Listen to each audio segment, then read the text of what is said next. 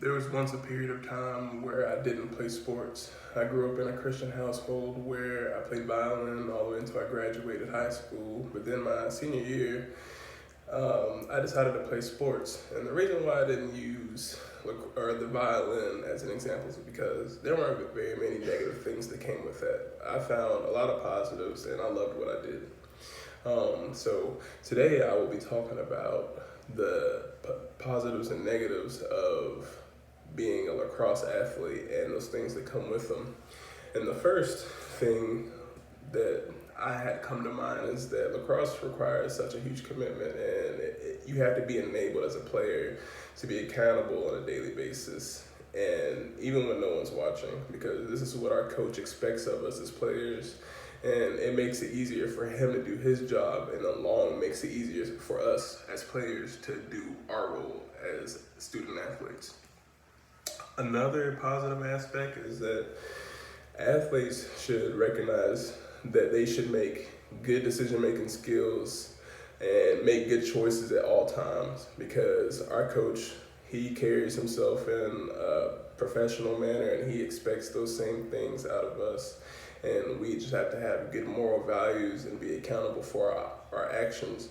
And what I mean by that is just being a good person all the time. And it may be hard to do that sometimes, but for the most part, that is what is expected of us. And we should always carry ourselves in that way.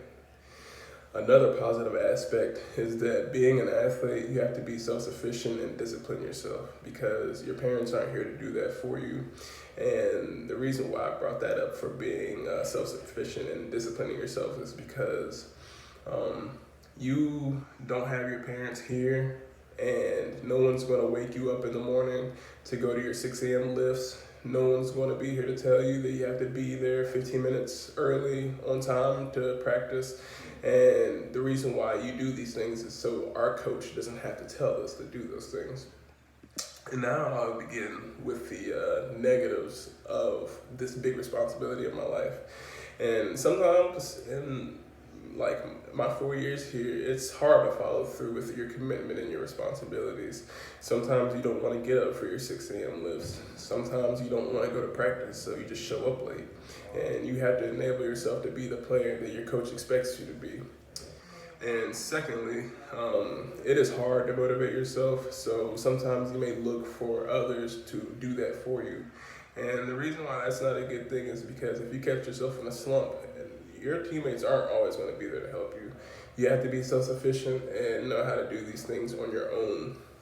And then last but not least, sometimes as an athlete, I make excuses for myself. So if things get hard, or if coach is running us to death and I get tired, then I just make excuses up like I'm injured, I don't want to do this. And you can culminate many things that would touch on this subject. So it's always good to not have these negative values when you're going into being a lacrosse athlete or athlete in general, because it'll make you a better player if you have good moral values and you focus more on the negatives and not the positives. Thank you for listening to my speech.